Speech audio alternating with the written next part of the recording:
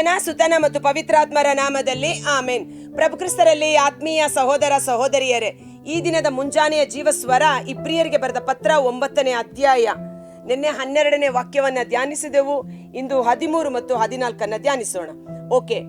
ಹೋತ ಹೋರಿಗಳ ರಕ್ತವನ್ನು, ಯಜ್ಞ ಪಶುಗಳ ಬೂದಿಯನ್ನು ಮಲಿನರಾದವರ ಮೇಲೆ ಚಿಮುಕಿಸುವುದರ ಮೂಲಕ ಶಾರೀರಿಕ ಮೈಲಿಗೆಯನ್ನು ಹೋಗಲಾಡಿಸಿ ಅವರನ್ನು ಪರಿಶುದ್ಧಗೊಳಿಸಬಹುದಾದರೆ, ಹೋತ ಹೋರಿಗಳ ರಕ್ತ ಅಂದರೆ ಹಳೆಯ ಒಡಂಬಡಿಕೆಯಲ್ಲಿ ದೇವರು ಪಾಪ ಪರಿಹಾರಕ್ಕಾಗಿ ನೇಮಕ ಮಾಡಲ್ಪಟ್ಟ ವಿಧಿವಿಧಾನ. ಅವರು ತಮ್ಮ ಪಾಪದ ನಿಮಿತ್ತ ಹೋತ, ಬೆಳವಕ್ಕಿ, ಪಾರಿವಾಳ ಅವುಗಳನ್ನು ತಂದು ಬಲಿ ಕೊಟ್ಟು ಆ ರಕ್ತವನ್ನ ಚಿಮುಕಿಸುವಾಗ ನಿನ್ನ ಪಾಪ ಪರಿಹಾರವಾಯಿತು ಎಂದು ಅವರನ್ನು ಕಳುಹಿಸಿಕೊಡುತ್ತಿದ್ದರು. ಆದರೆ ಅದು ಶಾಶ್ವತವಾದ ಜೀವೋದ್ಧಾರವಲ್ಲ, ಶಾಶ್ವತವಾದ ಕ್ಷಮಾಪಣೆ ಅಲ್ಲ. ಅದು ಸಾಂಕೇತಿಕವಾಗಿ ದೇವರು ಅದನ್ನ ಮಾಡಲು ತನ್ನ ಇಸ್ರಾಯೇಲ್ ಜನರಿಗೆ ಅನುಮತಿಯನ್ನ ನೀಡಿದ್ದರು. ಕಾರಣ ಇಬ್ರಿಯ 10:4 ಸಂತ ಪೌಲರು ಹೇಳುತ್ತಾರೆ, ಹೋತ ಹೋರಿಗಳ ರಕ್ತದಿಂದ ಪಾಪ ನಿವಾರಣೆ ಮಾಡಲು ಅಸಾಧ್ಯ. ಆ ರಕ್ತ ಸಂಪೂರ್ಣವಾಗಿ ಪಾಪದಿಂದ ಬಿಡುಗಡೆ ಮಾಡಲು ಶಕ್ತಿಯುತವಾದದ್ದಾಗಿರಲಿಲ್ಲ. ಅದು ಪ್ರಾಣಿಯ ರಕ್ತವಾಗಿತ್ತು.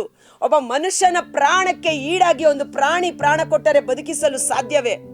ಒಬ್ಬ ಮನುಷ್ಯನ ಪ್ರಾಣಕ್ಕೆ ಈಡಾಗಿ ಮತ್ತೊಬ್ಬ ಮನುಷ್ಯ ಪ್ರಾಣವನ್ನ ಕೊಡಬೇಕಾಗಿತ್ತು. Praise the Lord, hallelujah. ಆದ ಕಾರಣ ಹೋತ ಹೋರಿಗಳ ರಕ್ತ ಶಾಶ್ವತ ಪಾಪ ಪರಿಹಾರವನ್ನ ಮಾಡಲು ಸಾಧ್ಯವಿಲ್ಲದೆ ಹೋಗಿತ್ತು. ಆದರೂ ಇಲ್ಲಿ ನಾವು ನೋಡ್ತೇವೆ, ಅದು ತಾತ್ಕಾಲಿಕವಾಗಿ ನಾನು ಪಾಪದಿಂದ ಬಿಡುಗಡೆ ಆದೆ ಎಂದು ಅವರಿಗೆ ಒಂದು ರಿಲೀಫ್ ಕೊಡ್ತಾ ಇತ್ತು.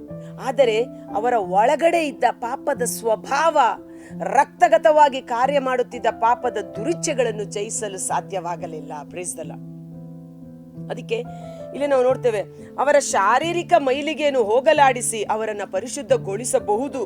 ಹಾಗಿರುವಾಗ ಯೇಸುವಿನ ರಕ್ತ ಮತ್ತಷ್ಟು ಹೆಚ್ಚಾಗಿ ನಮ್ಮನ್ನು ಪರಿಶುದ್ಧಗೊಳಿಸುತ್ತದೆ ಅಲ್ಲವೇ? ನಿಮಗೆ ಗೊತ್ತಿಲ್ಲವಾ?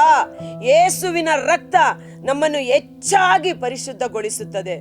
ಆ ಕುರಿಯ ರಕ್ತಕ್ಕೆ ಅಷ್ಟೊಂದು ಶುದ್ಧ ಮಾಡುವ ಕೃಪೆ ಇರುವುದಾದರೆ, ನಿಷ್ಕಳಂಕವಾದ, ಬೆಲೆ ಕಟ್ಟಲು ಸಾಧ್ಯವಾಗದ ಅಮೂಲ್ಯವಾದ ಯೇಸುವಿನ ಪರಿಶುದ್ಧವಾದ ದೈವಿಕ ರಕ್ತ ನಮ್ಮನ್ನು ಪರಿಶುದ್ಧ ಮಾಡುತ್ತದೆ.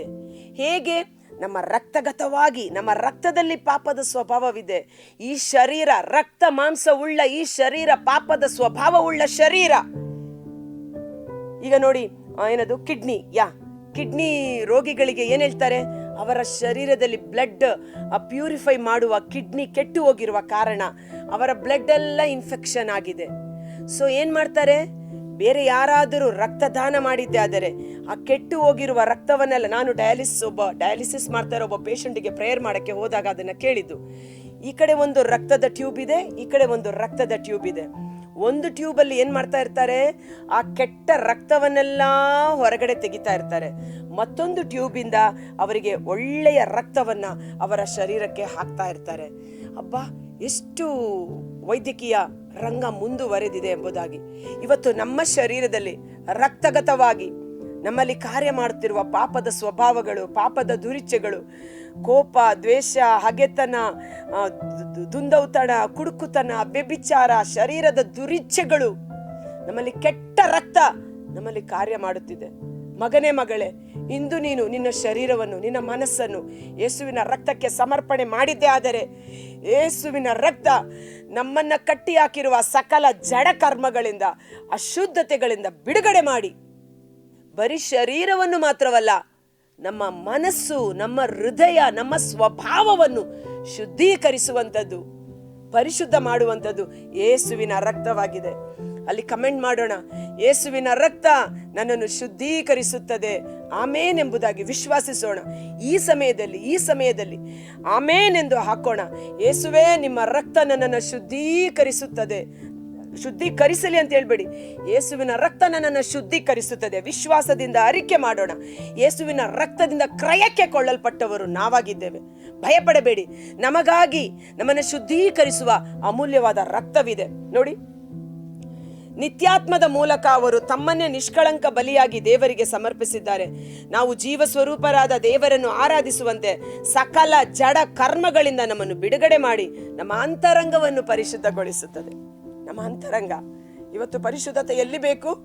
ಶರೀರಕ್ಕೆ ಸೋಪು, ಸೀಗೆಕಾಯಿ, ಸಾಬೂನು ಹಾಕಿ ಉಜ್ಜಬಹುದು, ಸೆಂಟ್ ಹಾಕೋಬಹುದು, ಸುಣ್ಣ ಬಳಿದ ಸಮಾಧಿಗಳಷ್ಟೇ.